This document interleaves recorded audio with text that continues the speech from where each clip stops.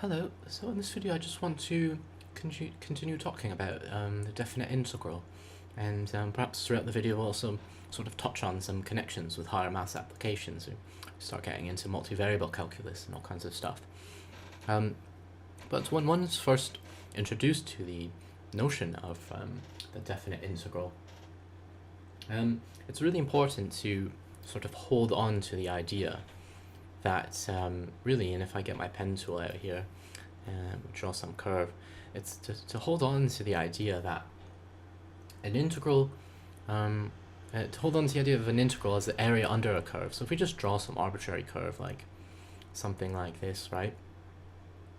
And so it's the idea that, okay, we've got the limits of our integral. We'll usually denote them as a and b if we want to think about it generally.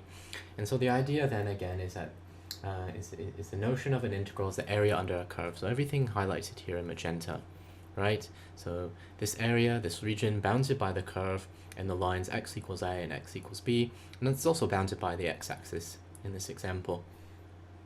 And following from that, I suppose, if we just think of this curve as, I don't know, something just, again, it's just arbitrary, but something like f of x, whatever.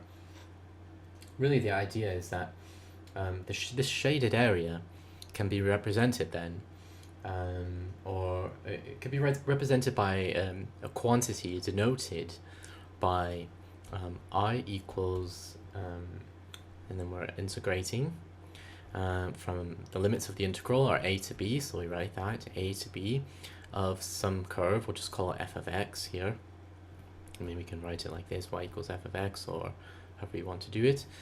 So some curve, so in this case just f of x, and of course we are integrating in this case with respect to x, right? So that's one of the important ideas. This expression of, again, is called the definite integral, in this case of f of x, between the lower limit where x equals a and the upper limit where x equals b, and f of x itself, right here, can highlight it, f of x in this case is called the integrand, right? So that's one important idea to hold on to, but we can sort of build on this, and if anyone's familiar with thinking of integration from first principles and even a proof of integration and of the definite integral, the next idea, of course, is also really important, and that's the one that states that, well, the evaluation of a definite integral, we can think of it by subdividing the integral, or the interval rather, into subintervals. And what I mean is, like, if we've got, let's just draw some arbitrary curve again, I don't know, something like this, let's just say, something like this, whoops, something like this, okay, that will do. And let's just say that we've got our limits of the integral or something like this. Let's just say that's a and b again, and the idea basically is that if I get a different color, that we can think of the evaluation of a definite integral, in this case the area under the curve here highlighted in magenta, right? We can think about this by subdividing the interval. The interval in this case is a is less than or equal to x, which is less than or equal to b, and we can think about this by subdividing this interval into subintervals, where we just get something like this, right? Like, if anyone's familiar with a proof or think of integration from first principles, we're going to have many small rectangles. Sometimes people draw trapezia here. It's many small rectangles, something like this, something like this. I'm not going to draw them all, but it's like this, right? And we just keep drawing them, and they're all the same width, and they get smaller and smaller and smaller, insofar that this entire bounded region so is filled with many increasingly small rectangles, until we get a very close approximation of this area, right? And so in that sense, we build on the notion of the integral as the sum. And this is really important, I think. I think it's really smart to start thinking of the integral as the sum. So when you get into, for example, volume by revolution, going to have some curve. Let's just draw again some curve. Could be even something similar like this. Okay, and we've got, let's just say, oops, I'll get the white out again actually. Accidentally switch colors. Just draw, say, our limits like this, right? A and B, x equals A, x equals B. And so we've got it, if we think of a 3-dimensional graph, and this is a 2D slice of a 3-dimensional graph, right? We'd have the area here, wouldn't we? Something like this. Some areas, this bounded region. But what if this curve was rotated about the x-axis, 360 degrees, 2 pi radians? Then we'd have volume, right? We'd have this bounded region could then be thought of as volume. And again, this is all very important to think about, that the integral will be a summation in a sense. And also when we get into higher applications, which we'll start covering in future videos, for example, in particle physics, think of the path integral, right? That a particle may travel many pathways, if you want to think of it that way. And so the integral we could integrate in is basically the sum of all those potential pathways. And so it's a really important idea just as we start building up to higher applications, and many different applications, in fact. That is just one example. But so let's just carry on, and let's just I guess bring ourselves back a little bit, take a step back, and let's just focus on the basic introduction of the definite integral. Let's just work through an example. Let's say well, let's just sort of bring some of the ideas together, I suppose. Let's say we're given something like f of x, or actually I'll write it this way: y equals 3x plus 6 over x squared, and we'll have some constant, let's say minus 5. And we've noticed we've got an x term in the denominator here, so we're going to have to make a statement to clarify that x is greater than 0 in this case. Okay. And so let's draw some curve. I don't know if this curve is direct representation, but let's just draw some curve. Let's just draw some curve like this, okay? And we've got, say we got limits here, limits of our integral between 1 and 3. So I'll try to, it's not to scale at all. And I don't know if I don't know what this graph actually looks like, so let's just kind of go on with it below. And so we need to find the area here, bounded by the curve and the lines x equals 1, x equals 3. Call it R, right? So this bounded region R we need to find. So how are we going to do that? Well, we can start like as described in the last video, really. We can just take it by stage by stage. There's 3 stages. So let's just start with our statement.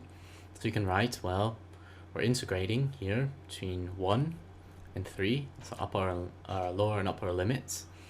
And then we're integrating y, or f of x, however you want to think about it.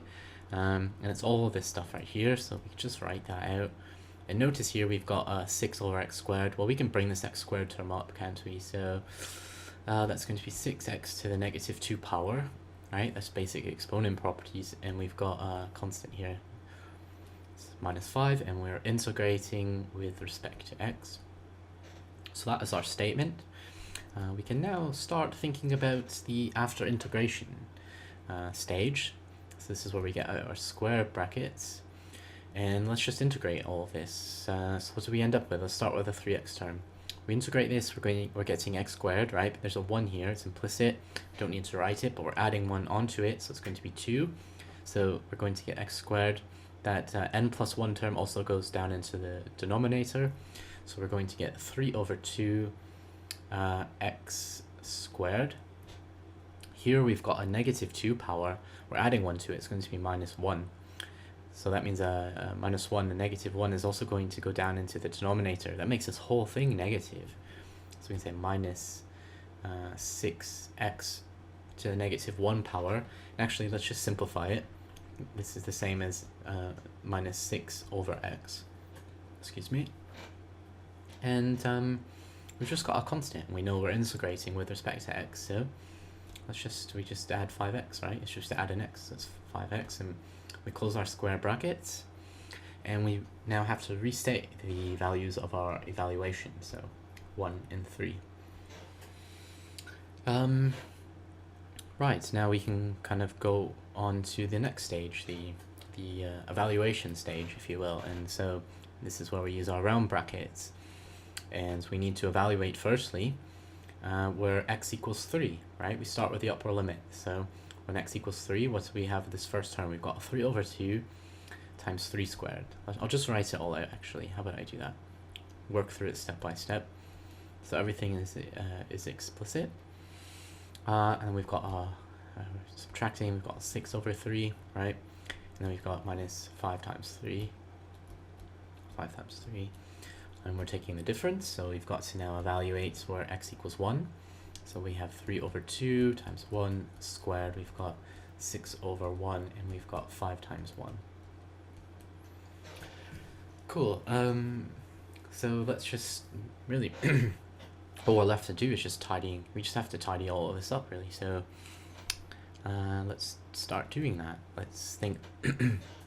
oh, excuse me. Let's think about this term. We've got 3 squared. Well, 3 squared is 9.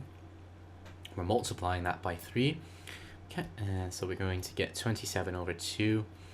We can't break that down anymore, so let's just write 27 over 2. Here we've got 6 over 3. That's just 2. We've got 5 times 3, right? Negative 5 times 3 is 15. And we're taking it, subtracting, so what do we got here? We've got 3 over 2 times 1 square. That's just going to be 3 over 2. We've got 6 over 1, so minus 6. And we're going to subtract another 5. And yeah, let's just... we can tidy this up further, can't we? So we've got 27 over 2. Minus 2, that's 4 over 2. Difference between 27 and 4 is 23. So we've got 23 over 2. It's going to be positive because the positive is far greater than a negative value. And we still need to subtract this 15. And then here we've got 3 over 2 minus 6. That's going to be 12 over 2. Difference is 9 over 2, and it's negative, right? The negative value is far greater than the positive. It's negative 9 over 2. We still need to subtract 5. Yeah, so we can still simplify further, of course. So we've got 23 over 2 minus 15. Again, I'm just writing all of this out. If for no other reason, then it's good revision. But so 15 over 2, that's 30. Difference between 30 and 23 is 7, and it's going to be negative. It's negative 7 over 2. We've got minus 9 over 2. It's negative. We've got this 5. It's negative. So we're subtracting minus 9 over 2 over 5 over 2. That's 10. It's going to be negative 19 over 2.